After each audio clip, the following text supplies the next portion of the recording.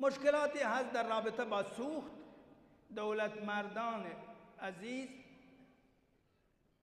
که این مشکلات به وجود آورده یک کمی همت بکنه، سوخت مردم دیگه بدن از نان و آب و هر چیزش مجلن که اگر این کارانه بکنه یک روچی وقت پریشانه به چنی بازار که در بوتی ما شما گل پریشانی هم بازه به هر مسئولی چوش سفره مردم پراه بکن که مردم هم گوشن فلانی هیچ چه عوض مبین که چون دیدی وسیعه به داد مردم رسید نه ایشی که بگوشه هرچی زودترشان چه دا بروین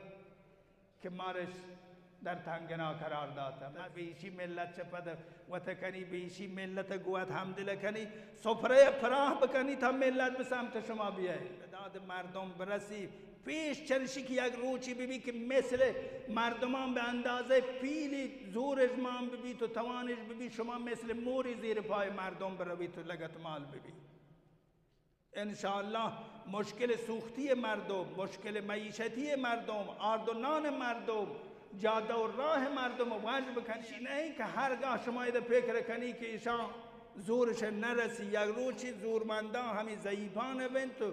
نزوران همی زورمندانه بین انشاءالله به مشکلات مردم توجه ببین